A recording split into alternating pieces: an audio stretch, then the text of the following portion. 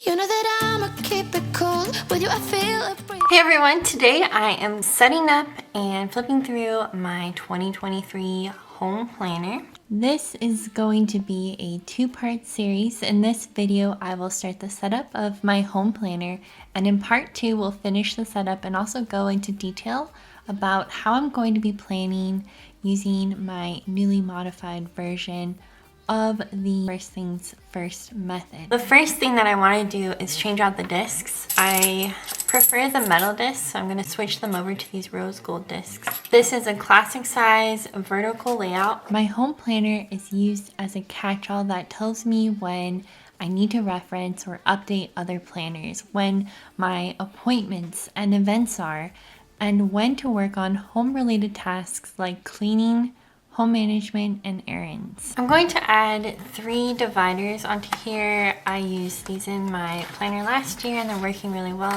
So the first one is called lists, then schedules, and finally long term.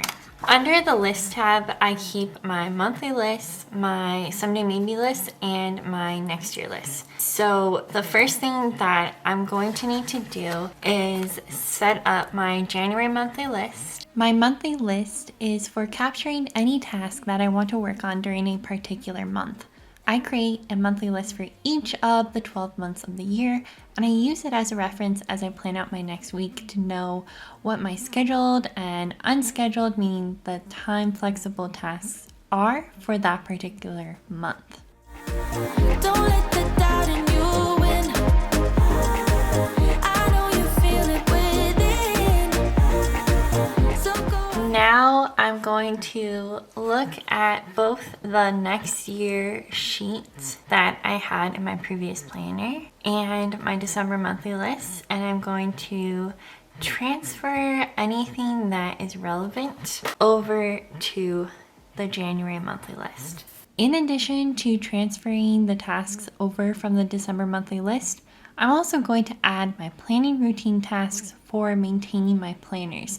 So for example, the third Saturday of the month is when I set up the monthly layout for the next month in my home planner. And the fourth Saturday is when I update my meal planner with the next month's plan. Last year, I used one sheet with a list of tasks, and this year I'm working with a 2-page spread that includes a table for me to fill out so I can incorporate what I learned from the book First Things First, which was co-authored by the 7 Habits author Stephen Covey. On this list, I have scheduled tasks that have been highlighted in a dark gray and the time-flexible tasks in light gray. Scheduled tasks are tasks that have dates associated with them. Either they are appointments and events that need to happen on a certain day, or they have a due date that I would like to complete them by. In the light gray color, I'm highlighting the tasks that are more flexible. I would like to complete these in January, but it's also not the end of the world if they don't get completed by the end of January. The right-hand page is going to be my First Things First Quadrant 2 page of my monthly list.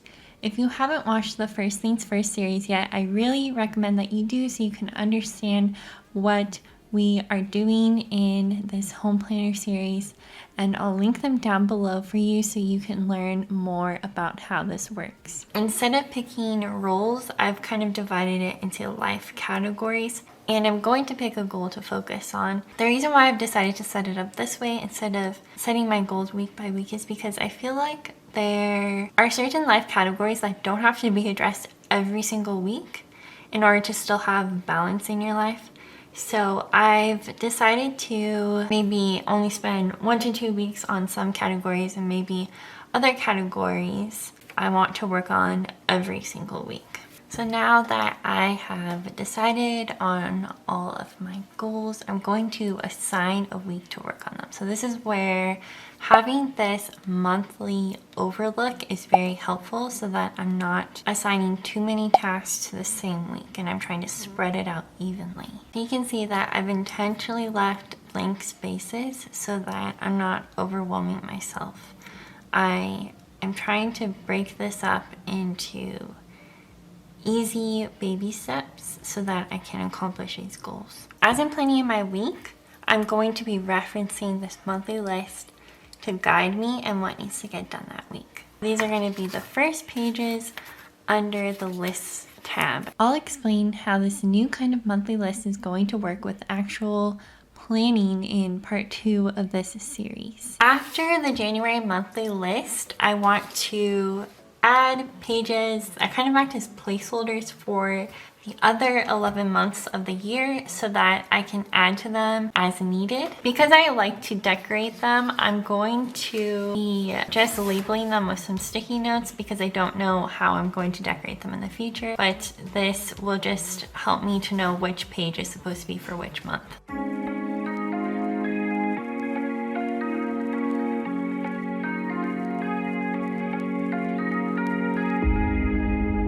Now that I have the rest of the year's monthly list, I can finish processing the next year list for 2023 to get all of those tasks migrated to the appropriate month in my new planner. And then after all the monthly lists, I want to add the next year list for 2024. After all the monthly lists, I want to add the next year list for 2024, also known as the annual list. On the next year list, I'm going to write down any sort of tasks that apply to next year as they come up. That includes those appointments, events, when memberships are renewed, when the car registration is due. For example, if I am at the dentist and they say we need to schedule your next appointment for next year and they give me a date, that date is going to get written down on the next year list. If there is a task that I know I'm not going to have time to work on this year, but it's still important, then I will add it onto the next year list. I also like to leave reminders on this list, such as schedule optometrist appointment for 2024. And that way, when 2024 starts, this task will get assigned to a specific month that I want it to be completed by. After that, I want to add the someday maybe list. I'm making a new one for this year. The someday maybe list is for lower priority tasks that I would like to do someday, maybe if I have extra time or resources to work on them. Since I'm creating a new someday maybe list for this year, my old someday maybe lists are going to get processed. Tasks that are no longer relevant will get deleted or delegated to someone else who can work on it. And anything that I still want to do will get migrated to the new someday maybe list. After the next year list, I'm placing the someday maybe list. After the list tab, I have my schedules. These are my routines. I have the morning routine, after work routine, evening routine, and then Sunday evening routine. I've kind of broken up the morning routine into times, but then the other routines are kind of just a list of things I need to get done within that time block. Also, for the evening routine, I address when to work on the cleaning schedule tasks and when to work on the planning routine tasks for that day. The weekly reset is my Sunday evening routine, and these are all the things I need to get done on Sunday to prepare me for the work week.